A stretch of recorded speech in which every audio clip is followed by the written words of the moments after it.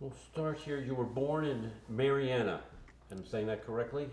Marianna, Florida. You now live in Tallahassee, but you consider Jacksonville your home.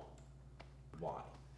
I consider Jacksonville to be my home because, frankly, my earliest memories are from Jacksonville, and all of my K-12 education was in Jacksonville. So, first grade at Lackawanna Elementary School, and then Annie R. Morgan after we moved, and then Annie Lytle for seventh grade because Paxson Junior High didn't open till the next year. 2 years, 8th and ninth grade at Paxson Junior High, and then 10th, 11th, and 12th at Paxson High School. Okay. Memories of Jacksonville, good or bad? All of my memories from Jacksonville, except for a couple of times when I broke some bones, were all good.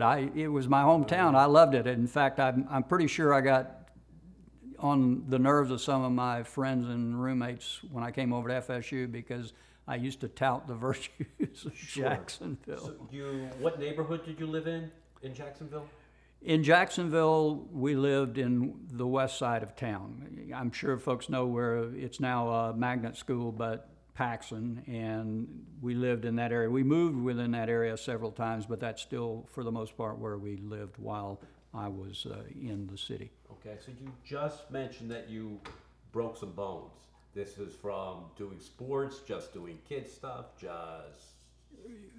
The bones that I broke the first time, I was 6 years old, and we had these little balsa gliders, and we were gliding them, and it went on the top of this bush, and this bush was in front of this tall porch, so I had to climb upstairs to the porch and got on the ledge of the porch and leaned out to try to get that glider, and when I did, I fell off, and there were bricks lining the bushes at the bottom, and my left elbow came down on the bush. And that was a story in itself because years later at FSU, when I was trying to become a Marine pilot, the Marine sergeant recruiter was taking a medical history and he was asking me about broken bones, and I said, well, I broke my left elbow, and he said, say it wasn't the elbow. So I said, it wasn't the elbow.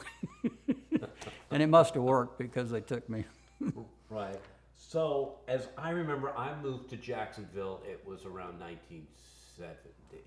And going from, say, downtown to the beach, there was like nothing there. You know, there were no stores, there was nothing. So, any particular memories of Jacksonville when you were a kid that going to drive-in movies or anything that you'd like to share? We did go to drive-in movies when I was in Jacksonville. We went to the beach. There was obviously much less population then than there is now. In fact, I think that probably 20 years before the 50s, say back 30s or sometime, Jacksonville was population-wise the largest city in Florida. But by the time I was in school there, I believe that we had slipped behind Tampa and Miami, so that it was now the third largest. But when I go back now, I'm just astounded at all of the new buildings and the population buildup. And in those days, there was nothing between downtown Jacksonville. Well, you went over the south side and then heading out toward the beach. And once you got just a couple miles past the river, there was nothing till you got almost to the beach. And that is not true now, obviously. Right. How often do you get back to Jacksonville? These days, I probably only get back to Jacksonville once or at most twice a year. I was back earlier this year because there was an event that I did for a group that runs a center there, and they held this thing on the 20th anniversary of my landing after coming back off of the Mir space station in 1995. So once this year. Okay. You want to talk about the things that you've accomplished? I got to do the things that I wanted to do, and in that regard I was very lucky, and I use the term lucky advisedly because there's no way you can plan to do the things that I ultimately got to do. I remember that at one of our high school reunions a few years ago, one of my classmates said, you know, as a senior in high school, you told us you wanted to be a medical doctor, and you wanted to be a fighter pilot, and you wanted to be an electrical engineer, and you wanted to be an astronaut. I don't remember saying that to anyone, but it is true that I did think about doing all those things when I was in high school. But you can't plan it. When I came to Florida State, because I had gotten a book out of the school library in 7th grade that showed how to build basically a crystal radio, and I built it and was fascinated by it. I then got my amateur radio license at age 14. And I had a real hobbyist interest in electronics, but I didn't have much of an interest in making my living as an electrical engineer. My family and most of my teachers and I assumed I would be a physician ultimately. So when I came to Florida State in 1961, I majored in engineering science, basically electrical engineering. All I wanted to do was learn to design electronic circuits, but as soon as I got my bachelor's degree, my goal was to go to med school. But I had forgotten about a little thing called the draft and the Vietnam War. And if I were going to have to go in service, I wanted to go in as an officer and a pilot. I was walking by the student union at Florida State in fall of 1961, just a few weeks after getting to FSU as a freshman student. My roommate was in the Naval Reserve. The Marines had set up a recruiting booth there in the student union, and he just wanted to give the recruiter a rough time. So we go over to the recruiter, and it's this Marine sergeant, and he says to the sergeant, he says, "Is it true that the Marine Corps bills men?" And the Marine sergeant said, "Yes, that's true." And he says, "Well, you know, the Navy only takes men." The sergeant was not too pleased with my roommate, so he turns to me and he says, "Well, what are you here for, son? You just want to give me a rough time too?" And I was embarrassed by what my roommate had done. And I really was interested in airplanes, and I was already in Air Force ROTC and on the Air Force ROTC drill team. And my thought at the time was, if I'm going to have to go in, I'll probably go in as an Air Force officer. The Marine sergeant had some nice pictures of F-8s and F-4s, which were the frontline fighters of those days. So I saw those pictures. I said, "Oh no, I'm interested in being a fighter pilot." And I said, "I want to fly," and I pointed to a Phantom. And he says, "You know, son, if you go in the Air Force and you fly the Phantom, they'll put you in the back seat." And that was true, because the Air Force had flight controls in both front and back seat of the F-4. The Navy and Marine Corps had flight controls only in the front seat. So if you were a Naval or Marine Corps pilot getting assigned to F-4s, you were going to be the pilot, because they don't put pilots, they put a radar intercept officer in the back seat. So he was absolutely right. But he made it sound as though all I had to do was sign on the dotted line and I'm guaranteed to get those fighters. Not so. It's a competition. And when I got into flight training later on after graduating, actually the Marines deferred me for a year after I got my bachelor's degree. They let me get my master's degree before going active duty. But I found out that I would guess probably 80–90% of Marine pilots weren't even getting jets at all. They were being sent into helicopters. So I worked real hard and made sure that I finished up with a good flight grade, and I know I made the captain's list or something like that coming out of primary flight. There was, because of the paucity of selection for jet training, the commander, just the week that I was going to finish up in primary flight, called me into his office. He was a lieutenant commander in the, he was a commander in the Navy. He said, "Your instructor tells me that you really want to fly fighters and that you've done quite well, and you know, some weeks we don't get any selection for Marine pilots going into jets at all." He says, "What we'll try to do is we'll try and hold you over for as long as we can until a jet slot opens up." Week ended. There were 8 Marines finishing the same week I did, and there were 8 slots for jets, including 2 of the Marines who had the lowest grade you could have and go jets even if there were the slots. So that worked out fine. got to fly the airplane I wanted and got out of the Marine Corps. I remember just before I got out, my commander called me in because I was a reserve officer. I had a commitment for 3 years. But the commitment, the clock didn't start till I pinned on the wings. Well, flight training in those days took about 1.5 years. And I had to worry about this.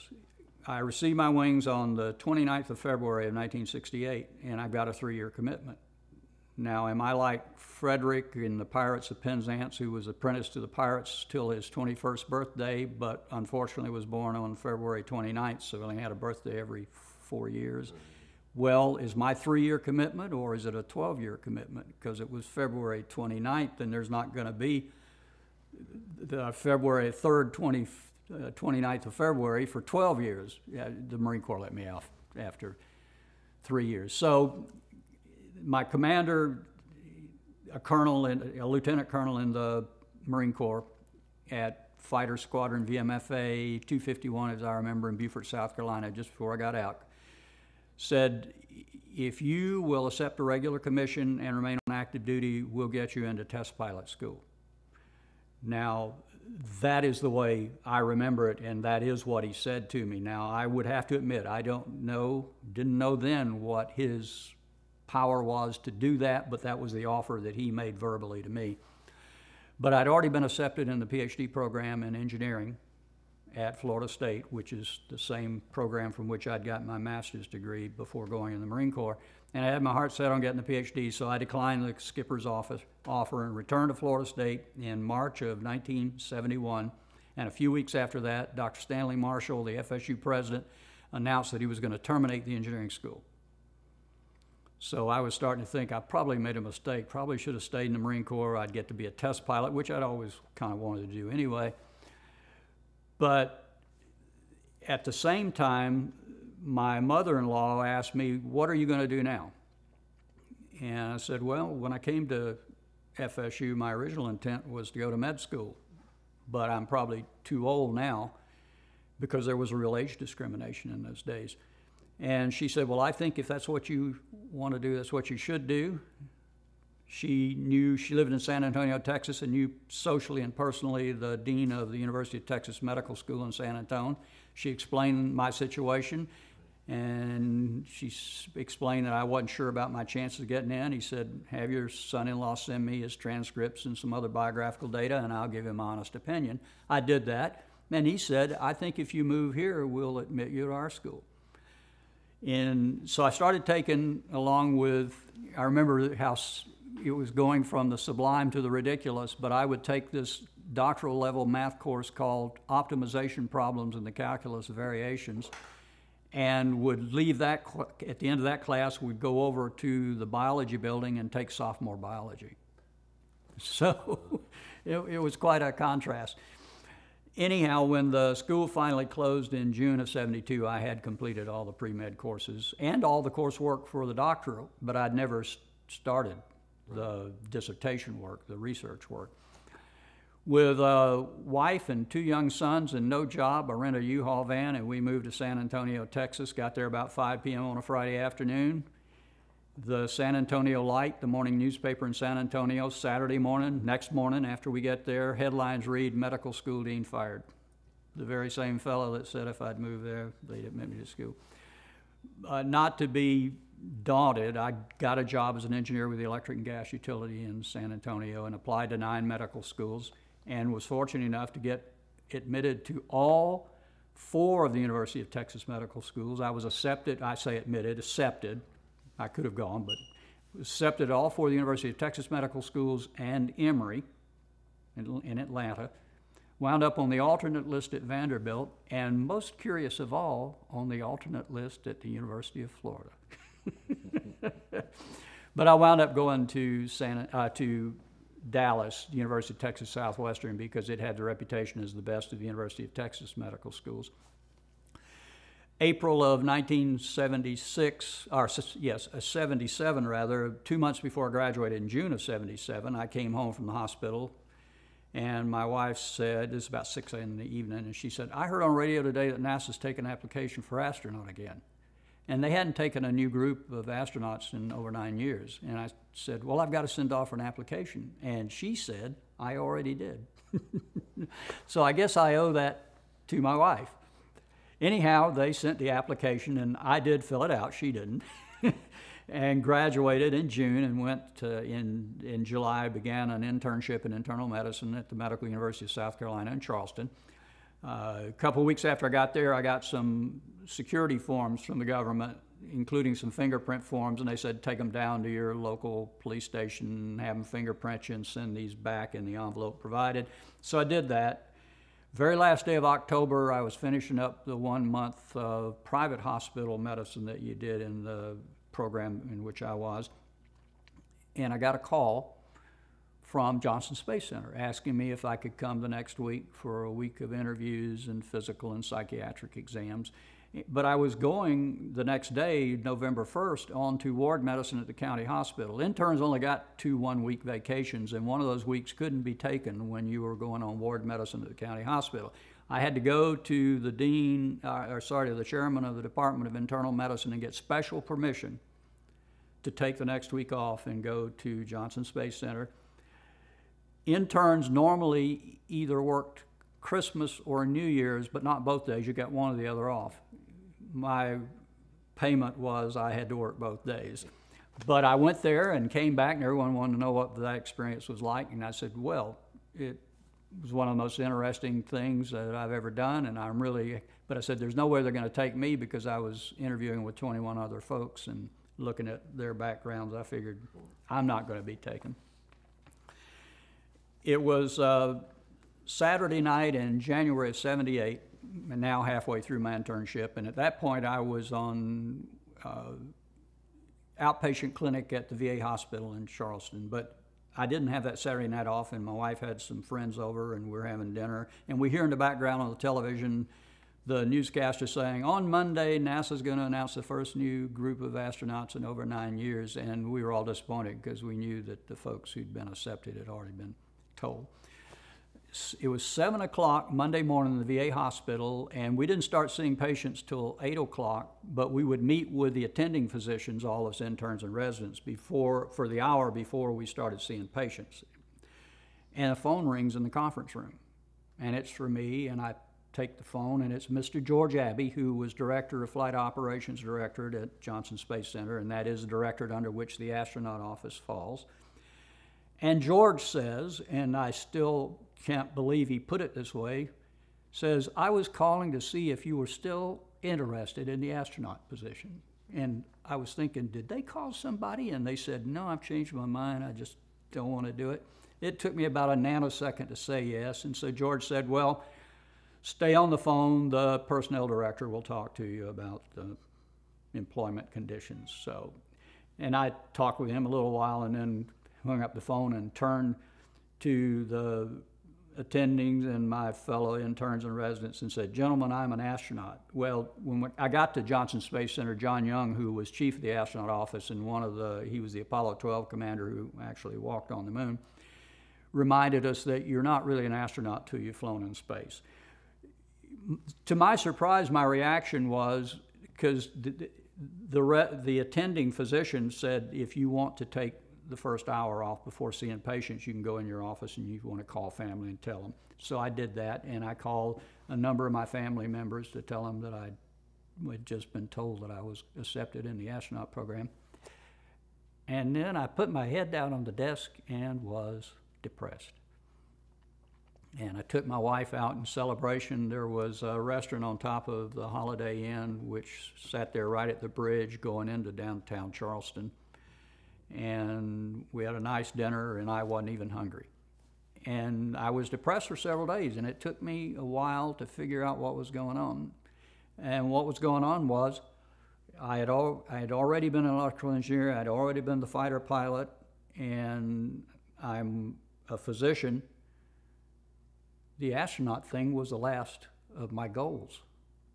So I don't have anything to live for anymore.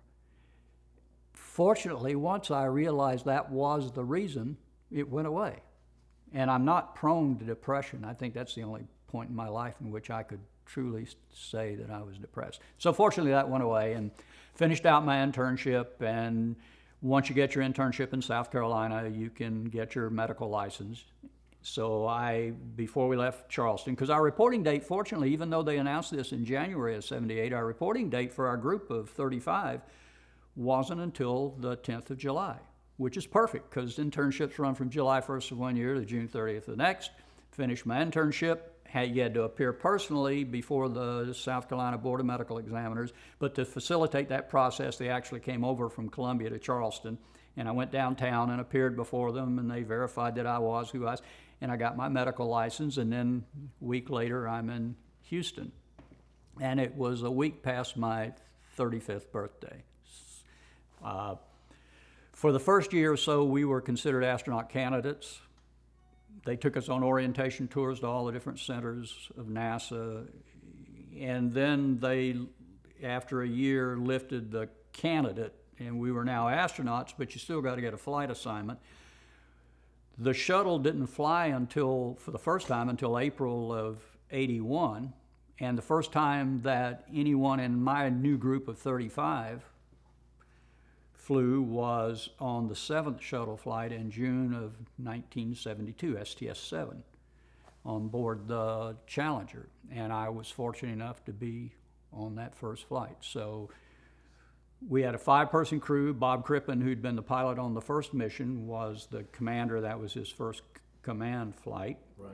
And the other 4 of us, his 4 crew members, were all from my 1978 group. So didn't fly for the first 5 years. Did you say that? I said before, without elaborating, that you can't plan it out, but I think you get the idea.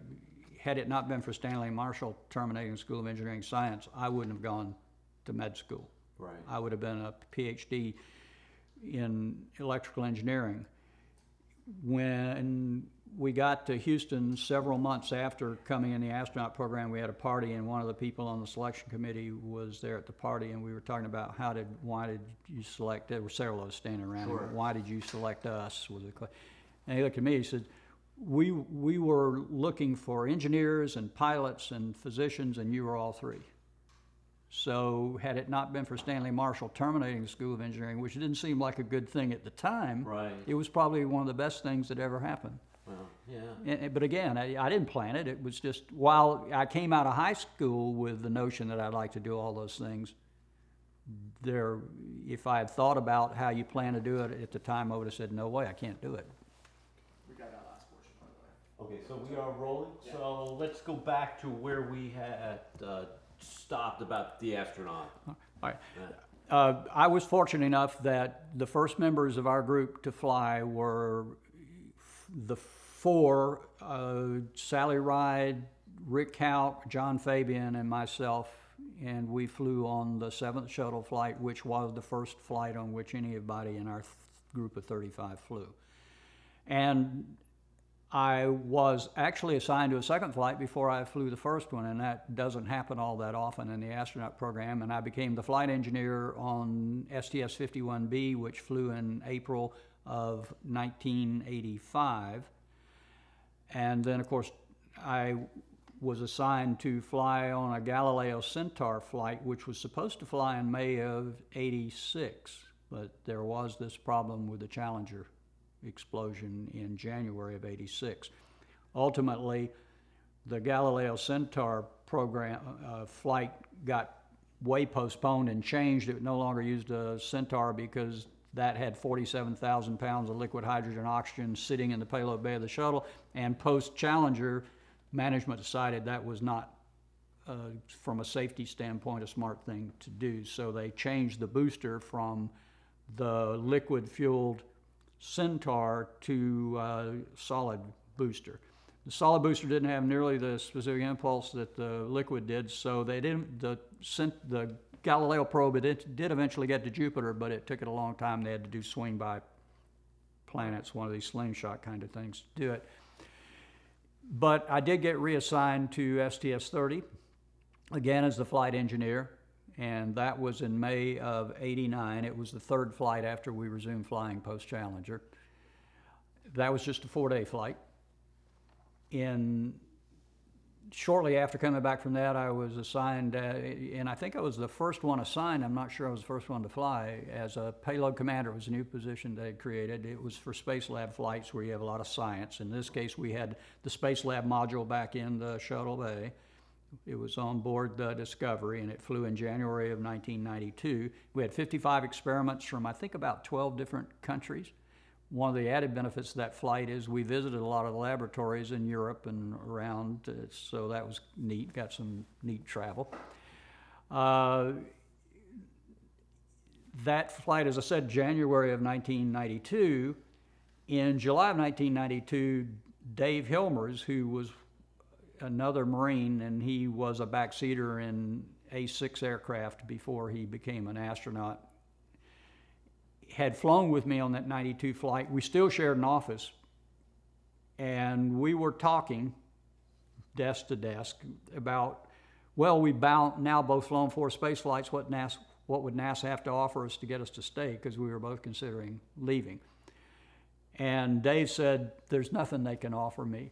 He said, I've been accepted to Baylor College of Medicine, and I'm going to med school. And I thought that's fantastic, because Dave was 42 years old, a full colonel in the Marine Corps, and had been a bombardier navigator in A-6 aircraft, and here he is going off to medical school after flying 4 space flights. Today, he is an assistant professor, at least an assistant professor last time I heard, of both pediatrics and internal medicine at Baylor College of Medicine in Houston. So bravo, Dave.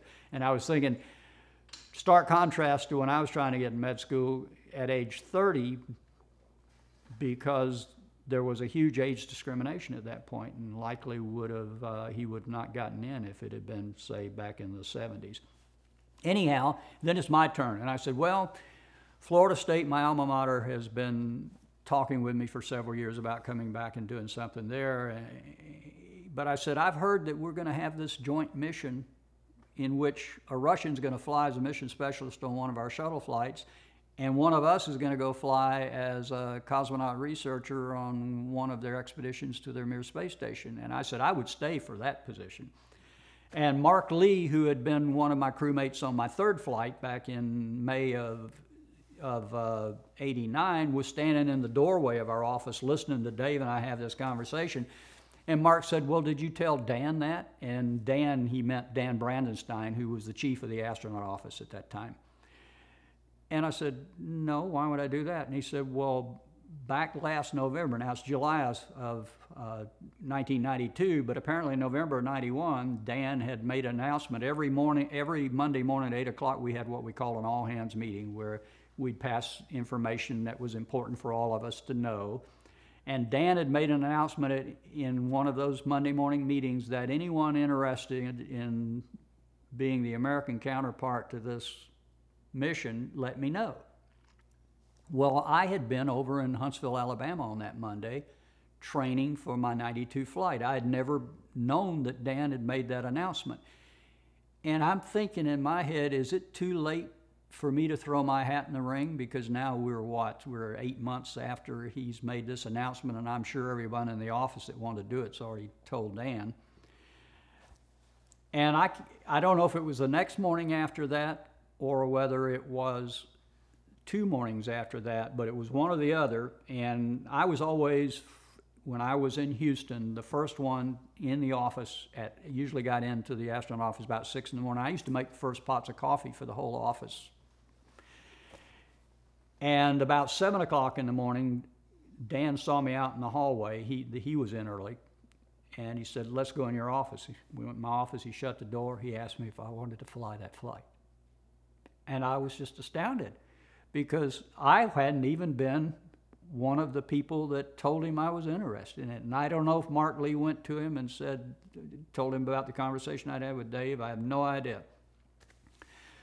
But he told me that I'd be the prime and there'd be no backup because we couldn't spare a backup. It turned out later on the Russians insisted that we have a backup because they always train a prime and backup crew. And if one person on the prime crew gets ill or is otherwise indisposed, they replace the whole crew, all 3. Whereas in the shuttle program, a couple times we replaced just the one crew member. So I got assigned to the flight, and I started being the office lead for anything to do with that flight or space station. And I started taking Russian language on my own. I went to Rice University and bought the first year Russian textbook that Rice used, and basically self-studied, went through the whole first year text. And then when I finished that, I went to the University of Houston's bookstore and bought their second year textbook that they used in their Russian courses, and went through all that. NASA did bring in a woman who from 7 to 8, couple times a week, would have these Russian language classes. And several of us in the office went to those classes because they were held up on our floor there at Johnson Space Center. But I realized after several months we never seemed to progress. And I love Shannon Lucid. She was the second person to fly with the Russians after I flew with them. And she was one of my best friends in the office. But the reason we were not going anywhere, ever progressing, was because Shannon was not really progressing very fast. And I finally became so exasperated, and Shannon was from Oklahoma. And I turned to her one day and I said, "You know, Shannon, you speak Russian as you commonly hear it spoken on the streets of Tulsa." 1 second, guys. Sure. Anyhow, NASA finally figured out that if you're going to send someone to Star City, Russia for over a year's training program, and then they're going to spend what was supposed to be 90 days on a space station, the Russian space station, with only 2 Russians for crewmates, they probably ought to have some knowledge of the Russian language. And they sent me to the Defense Language Institute's Russian language school out in Monterey, California. It was 5 days a week, 8 hours a day, but it was only for 4.5 months. And the military that sends its people there, that they want to give them full comprehension of Russian language, that's a 2.5-year program. So I got 4.5 months out of a 2.5-year program.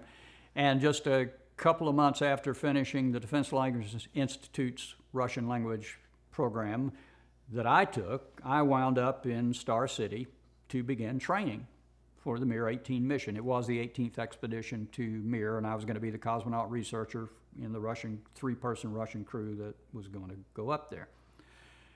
I really didn't know whether my Russian, given how limited my formal training had been, was going to be adequate to the task. The very first class we had was taught by this young Russian Air Force captain, and it was on the docking adapter of the Soyuz vehicle with the Mir space station. And he started giving his lecture, and I understood him. And it wasn't until that moment that I realized that I was going to make it through these programs. And it's not a simple deal either, because you had courses on all of the Soyuz systems and all of the Mir systems, and at the end of one of those courses, they would trot in the members of the design bureau, and in some cases the very people that had designed those systems, along with the members of the training department there at Star City who taught that course. You would sit in a chair, they would be at a desk and they would sit there and fire questions at you on their system in Russian, and you had to answer those questions in Russian, and you had to pass all those oral final examinations in order to be certified to fly. I made it through it. And in fact, my comprehension of formal Russian was really quite good. If you took me to a flea market in downtown Moscow, I might not understand 20% of what they said, but Russian cosmonauts and the training people were all essentially college educated. They spoke nice Russian, and I didn't have much difficulty understanding them at all most of the time. Anyhow, we wound up launching on the very same pad, as I understand it, from which Yuri Gagarin launched on this Vostok back in April 12, 1961, to become the first human in space. So I launched off that launch pad. And it takes about 2 days, just like it does the shuttle, to rendezvous with the space station. It took 2 days for our Soyuz to meet up with a Mir and come on board. There was already a 3-person Russian crew on board, and the flight no, I guess he wouldn't have been the flight leader. The cosmonaut researcher on that was Valery Polyakov, a Russian physician. And I am watching the man. He has already been up there over 14 months. And he still, to this day, has the record for the longest single mission. Not the most time in space, because some people have made multiple space station trips, but he still has for 400 and some odd days. And he was this big bull of a man, and he was in tremendous spirits, and that was a real boost psychologically for me, because I realized I'm only going to be up here for what I thought at the time was going to be 90 days. It turned out to be 115, just a week less than 4 months. But I figured if he can do 14 months, I ought to be able to do my time on this thing on my head. Of course, he was Russian. That does make a little difference. There's a 6-day handover period where they tell you everything they know about the operation of the station and what's working and what's not working and what you should know before we leave. And then they get on their Soyuz and they went back to Earth. And for the next 3 months, more than 3 months, I'm alone with a Russian commander, a lieutenant colonel in the Russian Air Force, who, by the way, had, at my understanding, he'd been a MiG-21 pilot in the Russian Air Force before he became a cosmonaut. He speaks no English.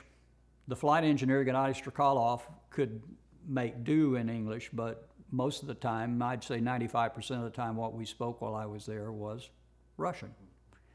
But I thought that we had a great time. There are a couple of stories I would probably like to tell. One was when we were in training, this is even before we launched. I finished in the mirror simulator one day at about 5 o'clock, got to the door, and there's a whole passel of people in front of the door waiting to get out because it's raining cats and dogs out, and we don't want to go out in the rain. So I'm waiting for the rain to abate, as all these people.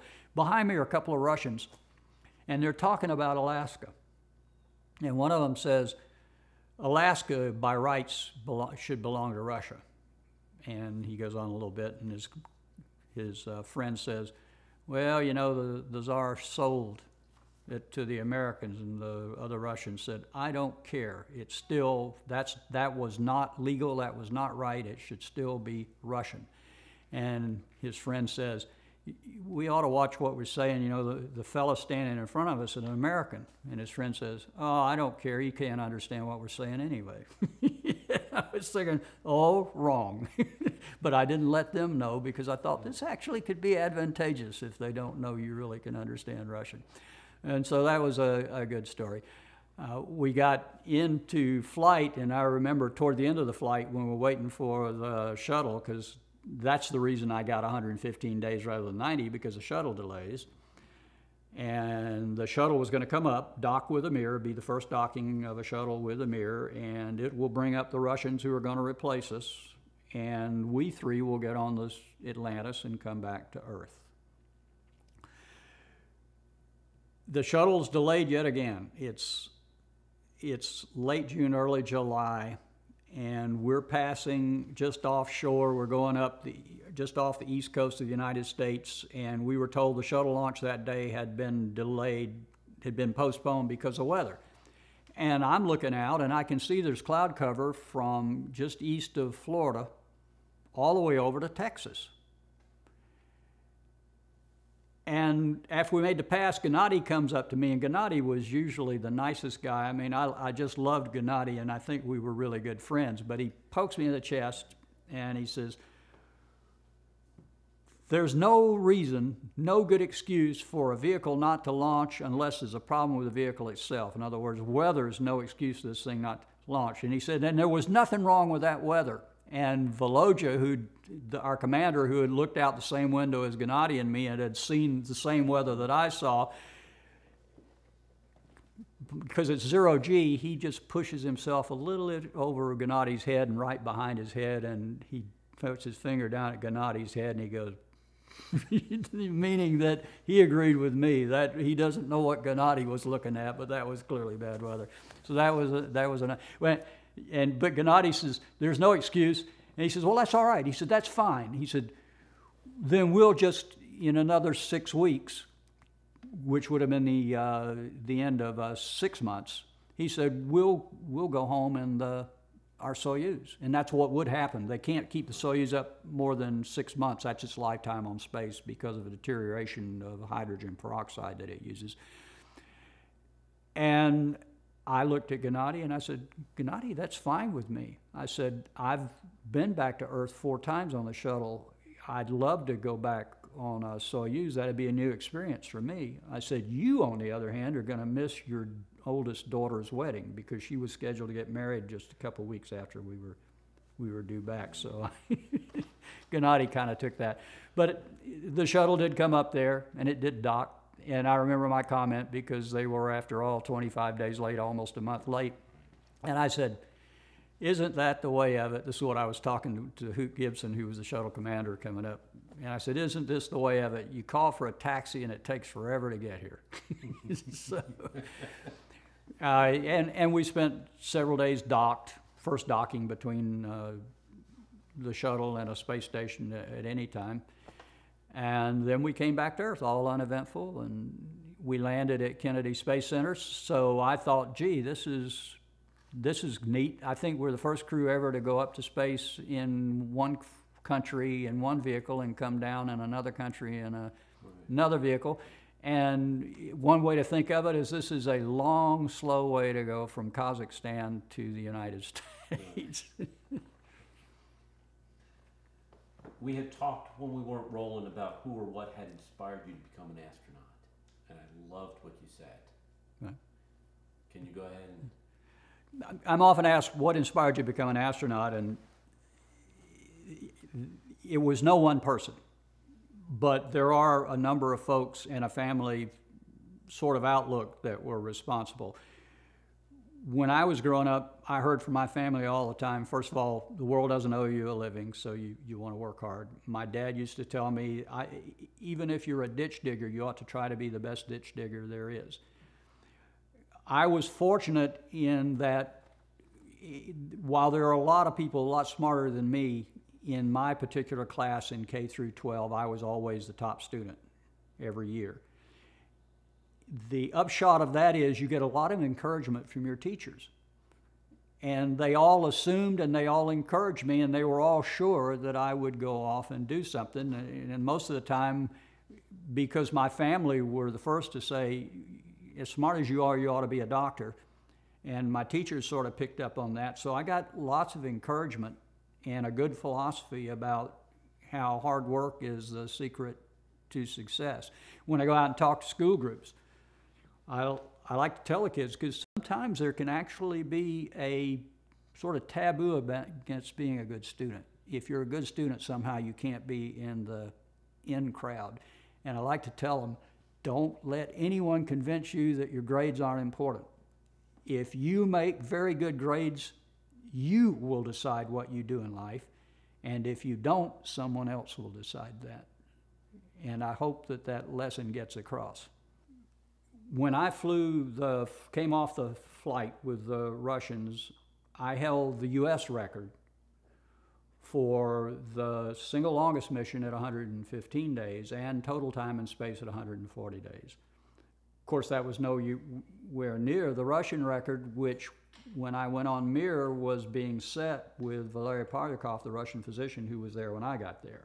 And of course, he was there for 6 more days before coming and going back to Russia. And the very next year, late in the very next year, Shannon Lucid broke my record. I broke the record from the last Skylab mission, which was 84 days, and I think that was 1974 perhaps. So I broke the old record of 84 days with the 115-day mission. And the total time, because that record was also 84 days, because the people on that last Skylab mission, I think that was the only mission they ever flew. So one of those had the 84-day record. So I broke the 2 American records. Interestingly, I was in the Guinness Book of World Records the next year for that, but they mentioned that it was the American record. To me, I don't even know why that goes in the Guinness Book of World Records, because to me, a Book of World Records is a Book of World Records. My record was an American, not the world record. Your thoughts in general about the show program? My group of astronauts in 1978 were selected specifically to be the first group of shuttle astronauts. I remember when the space shuttle program was announced, and I thought that's kind of neat because I thought having a reusable vehicle would be the way to go. I realize now that that's probably a mistake. The shuttle was tremendously complicated, led to a lot of delays. It was probably unnecessarily expensive. I think the cost back in the 80s, for instance, of a shuttle flight was estimated to be $300 million to $500 million, so you're talking maybe $500 million. And obviously it wasn't as safe as some other vehicles. I loved being in the shuttle, and I thought it was a great vehicle once you got it in orbit, but obviously not as safe as some other vehicles we might fly.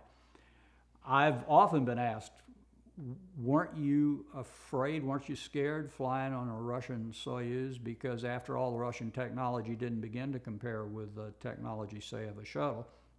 And my answer to them is, I felt far safer on the Soyuz than I ever did on the shuttle. And if I doubted the safety of the Soyuz, all I had to do was look to my left, sitting in it, past the commander and over to the left seat, because I was in the right seat, to Gennady Strikalov, our flight engineer. He had been on a Soyuz September 1978, I believe it was. No, maybe, I guess it was September 1983. And it blew up on the launch pad. But a couple of seconds before it blew up, the blockhouse commanded an ejection, and they have a system of rockets on top of the Soyuz. It separates from the rocket. The capsule's lifted up by those rockets. Parachute opens, they landed 3 miles away unhurt. If that had been the shuttle, you'd be dead. I remember as the flight engineer on my 1989 flight, which was the first flight I flew out after Challenger. And by the way, my first 2 missions were on the Challenger. And the commander, Dick Scobie, and I were, when we got to Houston in 1978, they assigned us 2 to an office, and Dick and I were office mates. And after the accident, I volunteered for and was made the casualty assistance officer for the Scobie family because we were very close, probably my best friend in the office. But anyhow, it's 1989, and we're on the launch pad in the Atlantis, and we're counting down, and I started thinking about an hour before launch, because you board about 2 hours before launch. Why am I doing this again? I've already flown 2 flights, and I've already lost my best friend in the office, and countdown proceeds. We go into, I think it's the T-minus, of course, memory gets hazy a little bit, but I think it's the T-minus 19 or 20 minute hold. And as we got closer to the countdown, I started getting more and more excited about launching again. And the flight director at Kennedy Space Center, because the launch is controlled by the director at Kennedy Space Center. Just as soon as you clear the tower, control passes over to Houston. But he says, all right, we're coming out of, we're about to come out of the hold. I want everyone to take, he's talking to his team there in the Launch Control Center. I want everyone to take a good look at your screen, and if there's any reason why we ought to hold this launch, let me know now. And I'm listening to him say this, and my thought is, oh, don't say that. Someone will just find some reason why we can't go. It's just the way it is. You get more and more excited. And at the time, when it finally gets down to it, you don't want anything to stop the launch. It's just that exciting a thing to do. Now, you flew on 4 shuttle missions. 2 of those missions were on the Challenger. I want to take you back to mission STS-51B. Challenger in April of 1985. Question is, tell us about the Challenger. What was it like? Tell us a little bit about that particular mission. My second flight was in April, I think it was April 22nd, maybe through 29th of 1985. And I was the flight engineer, but on orbit, we had 2 12-hour shifts because it was a space lab flight. I had responsibilities back in the space lab for crystal growing and things like that. In fact, we were the first flight to fly animals.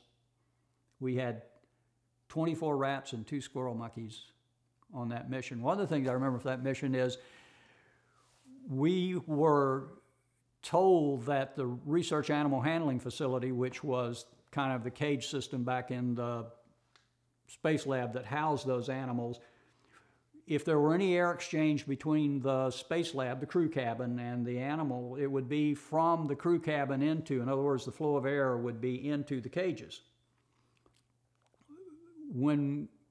Before we flew, I was sent out to Ames Research Center out in California to be present when they did the ground testing of the cage system, and I got the briefing that was telling me about the airflow being in the cage. Don't worry, you're not going to have animal stuff coming out. And we're standing in front of the cage system, and one of the engineers who helped design this system standing next to me, and I'm feeling a breeze from those cages coming out in my face. And so I had a Kleenex in my pocket, and I took it out and tore off a little piece and put it in. It's flapping in the breeze. And I turned to the engineer and I said, I thought you told us that the cage flow, airflow would always be from the outside into the cages, not the other way around. He said, oh yeah, that's what our computer model shows. That made me an instant skeptic about modeling, and when you talk about global warming and all the prognoses are based on models, and those models in fact don't exactly model what has actually gone on in the last few years, makes me very skeptical about modeling, and especially things that involve nonlinear processes. I remember when I took nonlinear analysis, if you tweak even a minute amount initial conditions in those things, you can get entirely different results. Either it has a nice result, or it blows up, or it won't come to result. So I'm classify me as a skeptic. I don't deny it, but based on my personal experience with people that do those modeling, my thought is, to some of them, if not most of them, that model is more real than reality itself.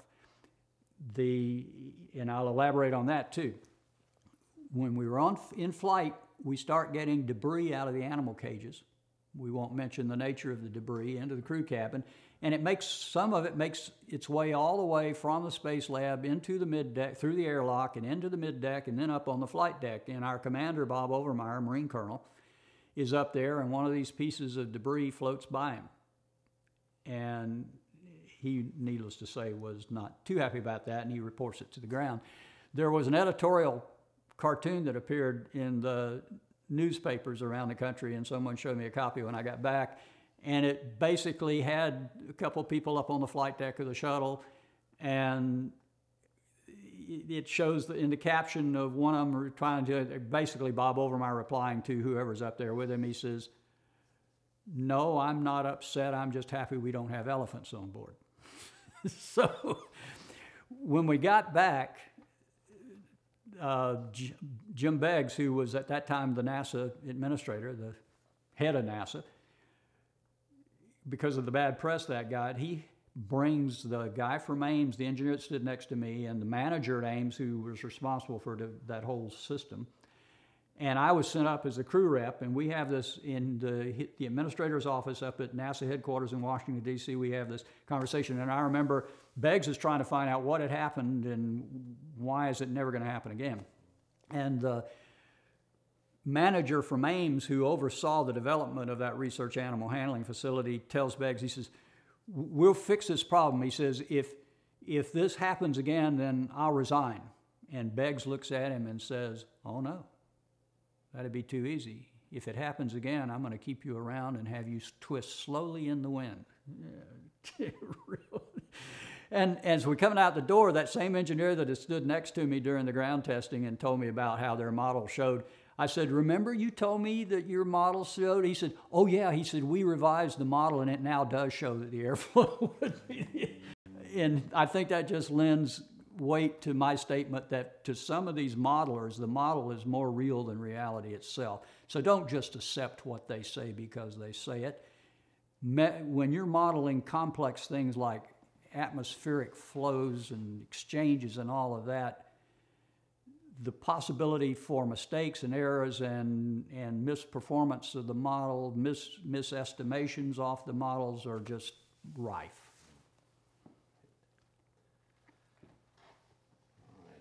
Although your Challenger mission in April 1985 did land safely at Edward Air Force Base, we of course have since learned from Morton Thiokol and other sources that there were serious concerns about erosion of the primary O-rings on both rocket nozzles. Yes. Also, the primary nozzle on the left-hand side had failed to seal at all, and it eroded completely through in 3 locations.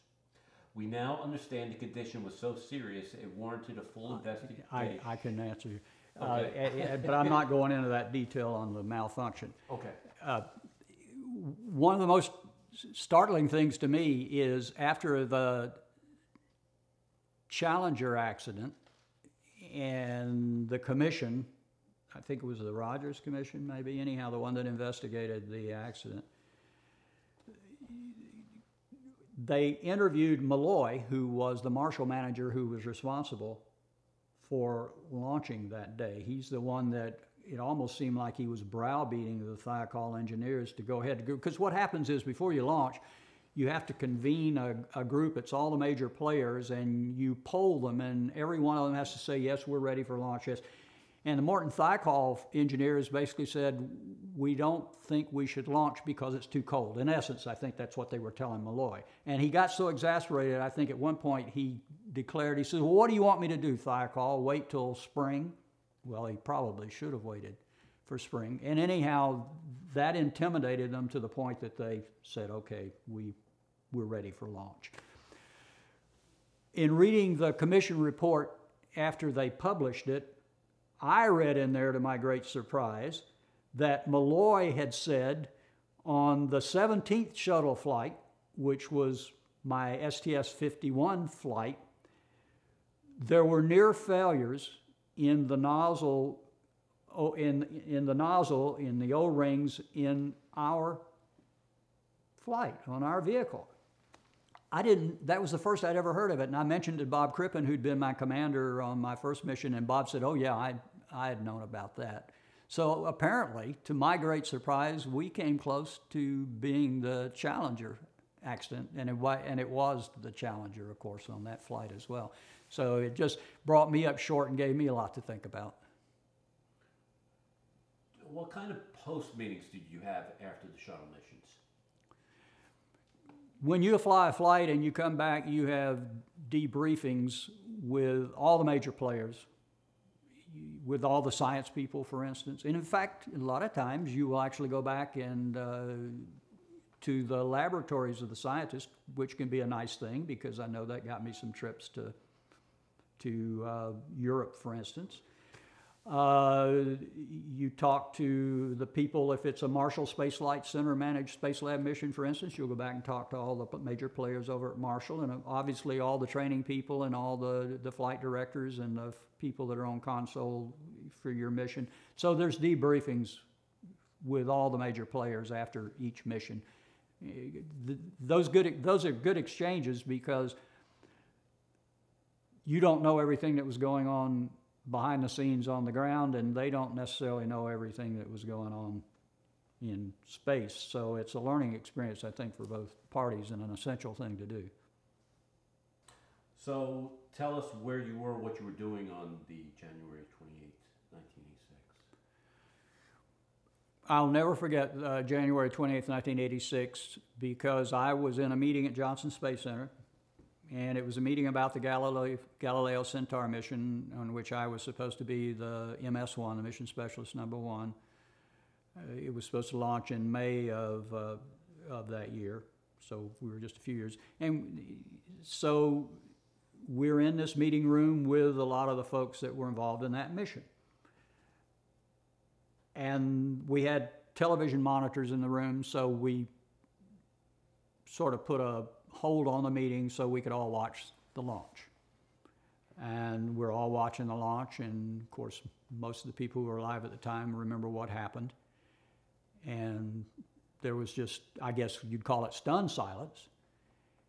And the chairman of the meeting never said, well, this meeting's over, or it's just after maybe 5 minutes of no one really saying anything, everybody just got up and walked out of the room. So the meeting was over without any call for the meetings over. In fact, we weren't supposed to. We were going to go back and resume our meeting once the shuttle was in orbit. So I can't forget that. And went back to the office, and that's when we had a all hands meeting, and they were asking for volunteers to be casualty assistance officers for the families. And because Dick and I had been good friends, I volunteered, and I was assigned to be the casualty assistance officer. And what that meant was that night when the Gulfstream came back bringing Dick's family from the Cape, I went on board while they were still on board and talked with them and escorted them off. I remember Don Fuqua and his wife were on board. Don Fuqua at the time was one of the Florida representatives who was also chairman of the House Space and Technology Committee. And I went back to the Scobie home there, and what sleep I got that night was on a chair in their living room. I wound up for the couple of days being the one that answered the phones and basically was the liaison with the outside world for them.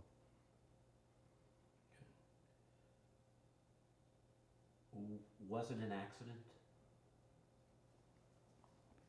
The Challenger accident was an accident, but it was one for which there were some pointers. There should have been more awareness. And again, Malloy, who was the Marshall manager who forced Thiokol to go along with the launch, admitted that my 1985 flight was the one that should have told them. He basically said we should have stopped flying after that mission until we solved the problem. Lessons learned from the Challenger. When you fly space vehicles, it's never going to be absolutely safe. Even the Russians with their Soyuz, which is a fairly safe system, have lost at least one crew that we know of. So flying in space is, I got interviewed once. I was in a documentary that National Geographic did that was based on the training I did in Russia and then the flight. And my comment was to them, you know, riding on a rocket's not a real smart thing to do. The fact is it's fraught with risk, and especially with a complicated vehicle like the shuttle. Again, I very much admired the capability of the shuttle. After all, what other vehicle had the capability of, I think it was supposed to be able to take 64,000 pounds to space and bring 32,000 back. For a vehicle with a crew on board, that's by far the most capable vehicle that's ever flown. Maybe I shouldn't say that because the Russians did launch their Buran, which was their shuttle one time, but that was without a crew. So it flew on autopilot basically, and it came back and landed, and it still exists. It's still down at Baikonur so far as I know. But rockets and space travel are just risky, and people should be tolerant of some risk. I'm really concerned more, I think, about the risk intolerance and avoidance that we see in our society anymore than I am.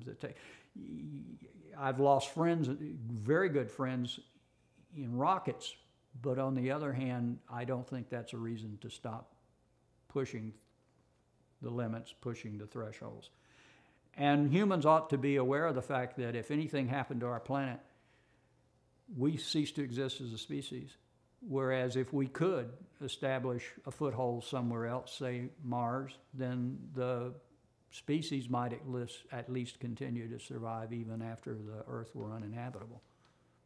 That's a sort of a low probability scenario, but one folks ought to think about. Then the Columbia happened in 2003. Were you surprised? It didn't surprise me that the Challenger was lost on launch. I remember on my first flight back in 1983, at 2 minutes, the solid rocket boosters have expended their fuel and they're jettisoned. And I very distinctly remember, because I had a little window, I was on the middeck, but there was a little window there and I could look at it. And when the solid rockets separated, they have their SEP rockets, little solid rockets that move them away from the shuttle. and one of them put a smear on the window through which I was looking. But I remember distinctly thinking, my chances of surviving just went way up. Because it's true, we all knew that solid rockets are more dangerous inherently than liquid fuel rockets. And in fact, that's the Russian Buran, their space shuttle. It looks like our space shuttle, but those boosters on the side of it are not solids, they are liquid fuel. Why? Because the Russians didn't think solid rockets were safe enough for use on vehicles, which I always thought remarkable. And at the end of it, you go for another, about 6.5 minutes after that. So at about 8.5 minutes, you get main engine cut off. And at that point, when we got main engine cut off, I remember John Fabian, who was up on the flight deck, let out this big, almost war whoop. He was so happy that we'd gotten. And I remember thinking, I'm going to live. That was my actual thought. I had never thought we'd lose one on entry. That just never occurred to me. We knew that we had tile problems early on, but those tile problems never seemed to be of the magnitude that would cause you to even come close to losing a vehicle. So the Columbia accident came as a complete surprise. That was just not something that I thought would be a failure mode. Future of NASA. I saw an interview once where you expressed an interest in being one of the first astronauts on Mars. What do you think about the NASA Mars program and the current state of NASA? When I went to NASA, I really entertained the thought and hope that I might be the first human on Mars. And now I don't even think it'll happen while I'm in my lifetime. There are still things to do at NASA, and the main benefit, I know there are folks that say we spend all that money and we should be spending it here on Earth for other things. I think you ought to spend money where you have a return.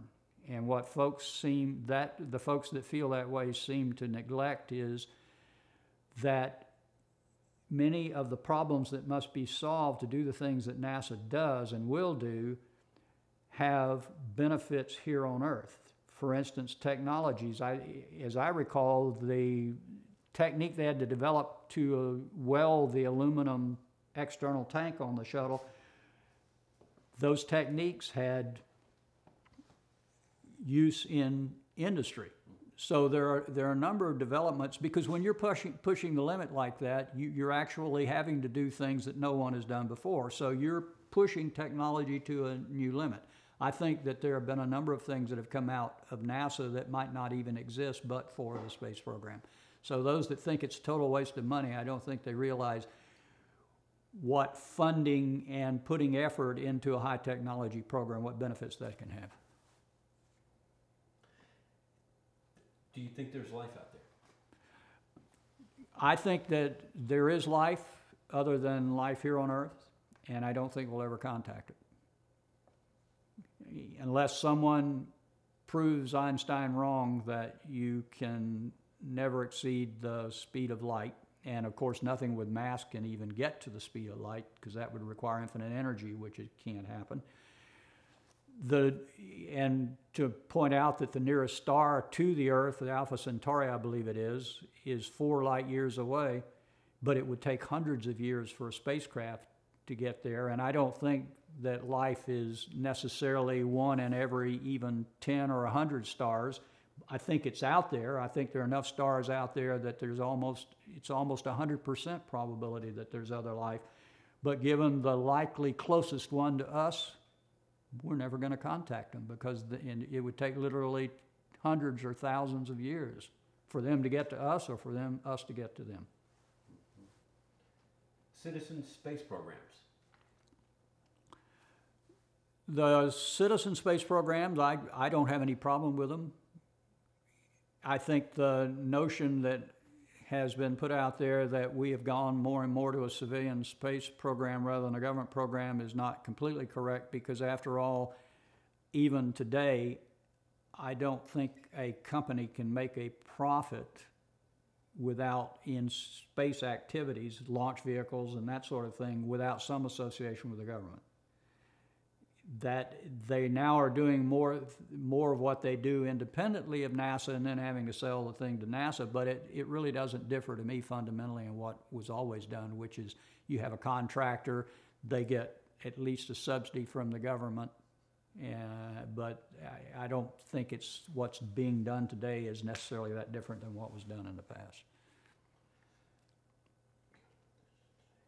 Given the current tensions with Russia, do you see a continued collaboration on the ISS? Even though we do have with Putin more difficulties with Russia than we've had for a number of years, there is a mutual interest, and I think because of that, the cooperation between the Russians and the Americans in the International Space Station will continue. For one thing, the Russian economy is not doing all that well with oil prices being down and with the wars that they've involved themselves in recent times. They need the money.